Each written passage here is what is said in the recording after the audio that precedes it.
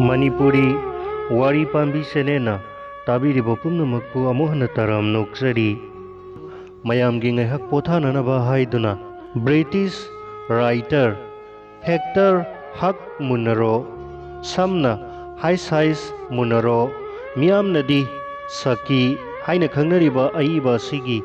ममिंग लेरबा वारी मसा the open window हांगदोक्तुना लेरिबा थोंनाव हाइरिबा वारी मसा से अमुक उदुना लाक्सरी वारी मसा से मुक ngaihak तामिनदुना अवा पोथामिनरसी मसागी सही 15 सूरबी मथनतना मसा इत्पा ngamjarabi यामना हैसिंगबी ngaihakki ओंथांग ओंसिन खुंबा ngambi लौसिंग लेबी नुपी मसा दुना हाइरई मिस्टर नटेल इंदोमचादो यामना थुना यौरक्लनी अदुबु हौजिंगमक्किदि आइगा नंगा वारी वाताई सानादुना ngaihaktangdi लेनमिनरसी नुंगाइबिद्रगसु अदोमना खर खांगबीबा तारे फ्रेमटोन नटेलना मसागी ओइबा असुंबादो खर हाइबा ताई मदुमकना ngaihakki manungda thunglagदौबा मंदोमचा अदुबु वारौहनबदी यादे हाइना खंजरमी लनाई ओइबा मवोंगददी महाकना सिंगनजबा खर लै मफम असिदा मतम खर लैरगा मसागी सिंगलीगी लाइना अदो खर फगदरा लाकपनी अदुबु खुंगंग असिगी मसक मसा अमता खंगनदबा मियाम असिगी मरक्ता लैरगा महाकना मतौ करमना फगलकदौरिबनो हाइबदो थाजजरमदे हेनदुम फत्तनबा मरमदुम ओइरक्पा याई खंजरी खुंगंग असिदा लाकलमदाई मतम अदुदा मसेनसु मंगोंदा हाइखिबनी मफम अदुदा यौरगा नंगना कनागसु वारी वाताई अमता सानदना नसाना थनतना तुमिन्ना लुपसिंदुना लैरगदी नंगी सिंगली अदो फगलक्पगी महुत्ता हेनदुम फचिलक्लोई अदुना आई नंगोंदा सक्ताक्से खर ईदुना पीगे मदो नंगना मफम अदुगी मिपुम खुदिंगमक्ता पीबा याई आइना निंगसिंगबदा मफम अदुगी मियोई खरदी थोइदोक हेंदोकना फबा हाइबदो ओइखी वाफम असे निंगसिंगलुरगा फ्रेमटोना मथनता ngakcharami मसीना मसक ताकपीदुना चेरोल इबिरक्लिबा मिसेस सेपल्टोन हाइरिबी नुपी सिसु अफबा मियोई कांगलुपता यावबा मिसक अमा ओइरमगद्रा खंजई वालान ngangnadana ngaihak tumin leinaraba matungda nupi masaduna mangonda hanglai adomdi khungang asida laiba mioi sing ase ayambana khangna biba natra फ्रेमटोना खुमलाई कनागुंबा खंगनबा अमता लैजदे आइगी सेदो मफम असिदा पुरोहित मकोकी युमदा सही मरी मुक्की ममांगदा लैरम्मी महांगना आइंगोंदा माना मसक खंगबा मियोई खरदा आइबु थंबीननबा सक्ताक्से पीदुना थारकपनी अकोनबगी वाफम असे फोंदोकपदा मागी वाहै अदुदा खजितंग नुंगाइतबगी मतवदो उलम्मी मदुदा यामना हैसिंगलबी नुपी मचादुना हाइरई अदोमना हाइबिरिबसिनदी अदोमना आइगी इंदोमचाबुसु मसक खंगदे अमदी मागी मरमदसु करिमता खंगदे असिनीने फ्रेमटोन खुमी होय आई मागी मरमदा करिमता खंगजदे मागी ममिंगा लैफमगदनी आइना खंगजबा हाइबबु मसे इसे अदुना ईदुना पीबिरकपनी माकी वाहिसिंग अदो तारबदा हैसिंगलबी नुपी मसादुना मसक मसासु खंगदबा कदाइदगी लाक्लिबनो कनानो हाइबसु खंगदबा नुपी अदुबु सिंगनरमी युम अदुदा थंबसु पामलक्लमदे अदुगा तसेंगनमक्सु फ्रेमटोना मिसेस सेपल्टोन से मयुम मकई पांदुना नुपा लैरिब्रा नत्रगा लुखराबी अमगी फिबमदा लैरिब्रा हाइबमक्सु खंगद्रिबा अमनी कादुदा लैरिबा पोसैसिंग अदो येंगलगा महाक असे नुपा नहा लैरिबा मिसक अमा ओइरमगदौबगी मोंगसु माली नुपी मचादुना तंजा अदुदा यामना हैसिंगना हाइरई नंगी नसेना हनख्रबा मतुंगदा ओइरमबा ताई इंदोमचागी मफमदा चावरबा अवाबा थौदोक अमा थोखी मदो ngasi sahi ahumaki mamangdani फ्रेमटोना ngakna hanglakhi mangonda achauba awaba thodok ama thokhi haiba asigumba ing tablaba khungangi lamdadi kaidongungdasu awaba nungaitaba thodok thokadaba mande nupi macha aduna makha tarai ngasigi October की इंगलब याचंगलक्प मतम असिदा थोंनाव असिना हांगदोक्तुना थमलिबसे करिगिनो हाइना अदोमना ngakpiramba yai mase hairaga mahakna mangda leiriba ahangba lampak aduga mayoknariba achauba friends ki thona wadu da khudon bi thinduna taklami madu tabada fremto na isam chamna hairai october gi numidang wairam oiduna su thoina ingbadi tawdeda adubu adongi indom chagi awaba thodok tuga thongraw hangdok tuna leibasiga naksinaba mari leinabra hairisibo nupi masaduna wari lirai ngasidagi sahi ahumuki mamangda nongma numit ama indom chagi mapuroiba amadi magi naha oiriba mawpwa aniga thongnaw se fauduna nongmadugi use kapa satkhibani adubu numit adudagi makhoi sukanna halakhidre makoina khwaidagi pamjaba cheklaubi haiba usek kaphamado yaunanaba chatpada lambida ahangba lamhang ama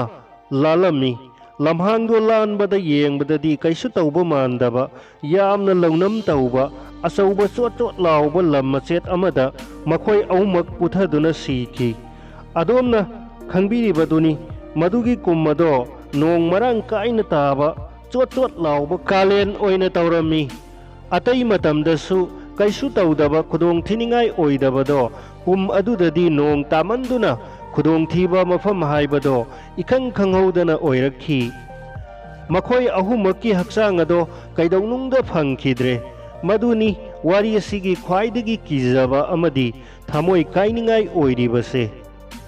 wafam ase haibada nupi masadugi khonjel aduda asuki matik minungsi pokpagi wabagi khonthok ama yaurakhi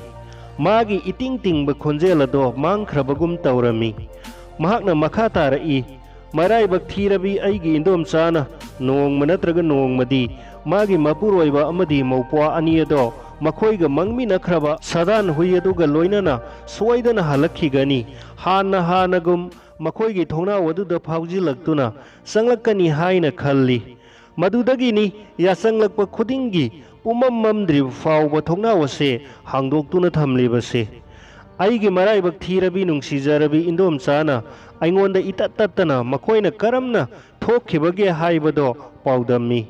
mahaki mapuroibana ising changdaba angauba masugi kotto magi pambomda yalaga chatkhiba Roni hairiba magi khwaidagi atonba manau nupa aduna isai ngangla duna satkhiba bati karigino nangna chong duna chenkhiba mabu matam pumna makta otpi badauna mahakna hangani maramdi mahakna pumna makase magi singlida paksinduna lairabadauna haigani adomna thajabidaba yai karigumba matamda asigumba asikpa mi langdaba numidang wairam asida aigi pukningda lona wakhal ama sangsilakpagum tawi laikhidraba makhoi singaduna hangdoktuna lairiba thona wasida phaujilaktuna kok hek changlakadra asina chingba wafam ase phongdokpada kibagumba ama thamoida poktuna masado nikpagum tausinakhi matam asimaktada nupi masadogi mandom chado lakhi aduga mahakna matam chana masak utpa ngamdabagi damakta mahakpu ngakpiyo haina premtonda haijakhi loinana mahakna lakpasida premtongi pungningda wari ado tarubadagi fangliba awabado nungsa sor ngaihaktang hondokpagum taurami Mrs. Sepaltona hairai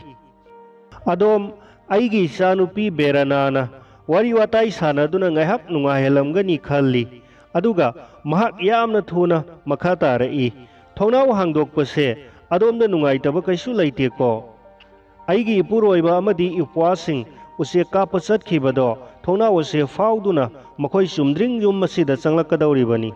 ngasi se makhoi aikhoigi pathi kumthi yamna leiba mafam amada cheklaubi haibu use kado kapa chatkhibani aduna horel makhoina hanjilakpada yengu aina taru na thajariba carpet ka se lekhom taihanduna pumon molhan gadawribani nupa kangbu se asumna tauba ngaktani taudrane madudagi mahakna yamna pukning makalamna usek kapagi wari mata maduda usek marang kaina phangdaba adubu ningtham tha yoraklagadi nganu mayam pairakadaba pumna makase mathang mathang wari lire pumnamak ase Premtuangi mafamdadi tasengnamak akibagi masak oirami mahakna yamna ningba kaina butki oiba wari ni haina khalliba wari adudagi atopa wari amada onthoknanaba kanna honarami mahakna masimasu khanglami nupi aduna mana haiba khudingmakta thau isa sadabagum tawrami magi mamit ani aduna lepa laitana thongnauramda yengba amadi thongnau adugi wang maduda lairiba lamhang adomda yengbagum tawrami Premtuana mado tasengna khanglami aduna mahakna khalli asigumba awaba thodok marak asida mafam asida amadi yum asida mahakna thungluriba se laibak yamna thibani aduna nupi adugi pungning ado samthoknaba amadi mana laklibagi maram ado tasengna mangonda amuk ningsingnanaba mahakna hai Doctor singnadi aingonda mapung phana pothau pungningi nungaitaba leiganu aduga chaba thakpagi matangdana pangcha chaba yade haina sutakpi mana nganglibado thoina khoijangdaba madugi khudam oina Mrs. Sepalton natuna hakam change hek tauba khudak aduda khanghai khangjin oina mabukning ado ithak thakatpagum hairai mamai thangda haujik makhoi sing ado lakle sa thakpagi matam chap chana hek lai yengu makhoi ase mamai mamit khangdaba makhai leikhomna loina thomjinduna lakle Premtona masado niglap tauraga nupi adugi phibam aduda nungsiba pokpibagi mataugum ngasaigi wari likhibi nupi masa aduda hairap yenglai yengbada ure nupi masado masada akiba pokpagi miyeng amaga loinana but pret lakpagi mawongda ahangba lamhang aduda uriba thongna wadugi maikaida sundrangda yengduna leibagum tauri aduga mangondasu amuk yenglakli mado urubada masada mafam khangdana poklakpa akiba amana khudum chankhiduna mahaksu nupi masaduna yengliba maikai adomda hek hek yengtho ure tapna mamsilakliba yasangbagi amamba marak aduda Premtona ure nupagi saktam ahumna lamhang adubu lanthoraklaga thongna wado tamna lakli makhoi ahumak makhoigi pambo makhada nongmai amamam yali aduga makhoigi marakta amadi mareng jumda angaubu masugi purit kot amasu yali aduga masa yamna soktharaba hui amana makhoigi matung yamna nakna inaduna satli karimata mana manin naidana makhoi loina mak thona wadugi maikairomda tapna sangsilakli adudagi yasangbagi mamli ba marak aduda naha oiriba misak amagi ipau ba khonjelda isai sakpatarai aina hairiba sini barti karigino nangna chong duna sen khriba khudak aduda Premtona magi tupi amadi saisu ado pairaga tung handoraktuna yumjao adugi thong ado yauna sen thorakle asumna akibana khudum chanduna handorakpaduna mamangi thongal ado uboi udaboi taure matam asimaktada lambida cycle thorakpa kanagumba amana mangonda thengjinba tare haina laithoknana bohonabada sambal mapal aduda thogjille amaromda Premtondi hanna yenglamdana but ongneraba mi amagum yamna sen khre ngaihaki matungda mareng jumda angauba kot yanba nupa aduna thona wado phauduna sangsilaklaga hai aikoi haujik yaurakle leikhomna isa se pumtai taire adubu ayambadi kangle aduga aikoina sanglakpa matamda hobe yum asidagi senthokhiba mahak aduna kanano Mrs. Sepalton khummi onthokna angakpa mi ama haibadunida Mr. Natel kawi haibra maming aduna magi masana badugi maramda pangangda ngangi aduga nakhoi lakpa hek ubada chalage kholage karimata hairamdana mafam ase thadoktuna chen khribaduni ai sungaklibani kanagumba amanadi magi thawong ado ubada but oknarami mi amadawna tawi haigani mado tabada ngasaigi sahi 15 muk surabi haisinglabi nupi masaduna marak thalai aina khanbada mahakna aikoigi sadan huise ubada kiduna chen khiba oiramgani mahakna haibada mahak hui yamna ki hairami mahakna ingonda wari lirambada नोंमा महाक असे हुई संगु अमना कोइतान तानरकपदा चेनफम खंगद्रदुना गंगा मपानदा लैबा पोलोइफम अमगी नौना तौथोकपा मंग अमदा चोंगथदुना लोतुना खांगी हाय हुईसिंग अदुना कोम अदुगी मपानदा मथक्ता खोंगदुना माबु लाकदौबगी तौदुना अहिंग चुप्पा अमा मंग मनुंग अदुदा महाक लेनखी हाय फिबम अदुना महाक कीबना लौसिंग पुमांग मांगखी हाय तसेंगबदी नुपी मचादो मफम मतमगी मवोंग येंगलगा वारी अमै हेक्ता साजिंदुना लिसिनबा ngambagi mangonda haithoi singthoi ba matik mayai yawi haiba tai